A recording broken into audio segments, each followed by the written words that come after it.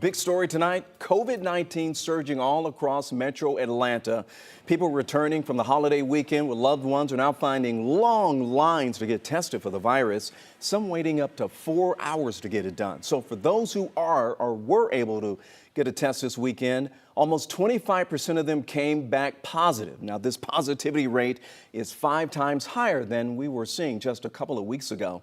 Georgia is averaging more than 8,300 brand new cases per day. So to put this into extra context, that's 461% increase since Thanksgiving Day.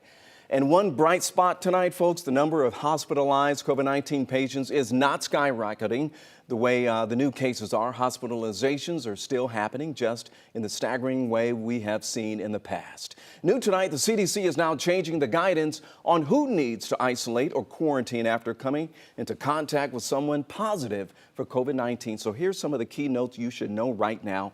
People with the virus are most infectious in the 2 days before and 3 days after symptoms develop. Second thing to know, the CDC is now cutting isolation recommendations from 10 days down to 5. This is for people actually infected. At the end of the 5 days, you have no symptoms. You can then return to normal activities, but you still should wear the mask at all times for the next 5 days. If you have symptoms at the end of the initial 5 days, the CDC says to stay home until you feel better. So what if you come into contact with someone with COVID-19, but you're not infected?